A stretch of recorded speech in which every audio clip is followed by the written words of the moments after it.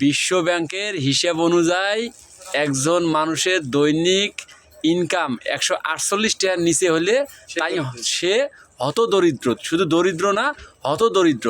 কিন্তু আমার দোকানে কেউ যদি 1 কেজি আলু কিনবার আসে তাহলে তাক লাগবে 20 টাকা, সর্বনিম্ন 20 টাকা লাগবে। এটা হলো আমার 1 কেজি আলুর দাম। তাহলে আমার কাছে আছে এই ভাই, এই মার্কেটিংয়ে আছে, প্লাস কি জানি ওষুধ কোম্পানি, ওষুধ কোম্পানিতে আছে, ভালো একটা পোস্টে আছে। তা আমি জিজ্ঞেস করতেছি ভাইয়ের ইনকাম আজকে কত? যাই হোক, মোটামুটি আছে। উনি হত দরিদ্র না, উনি আছে, তবে বিপদ সীমার মধ্যেও আছে। উনি যে আছে, যত টাকা ইনকাম হোক, কিন্তু বিপদ সীমার মধ্যে আছে। বর্তমান বাজার অনুযায়ী শুধু আলুর দামটাই মনে হয়, আমার মনে হয় ব্যক্তিগত, আলু আর পেঁয়াজের দামটা আর কাঁচা বাজারের দামটা একটু কম আছে। যাই হোক, সবার ইনকাম ভালো হোক, সবাই সুস্থ সবল সুন্দরভাবে জীবনটা অতিবাহিত করুক, এই আশাই করি।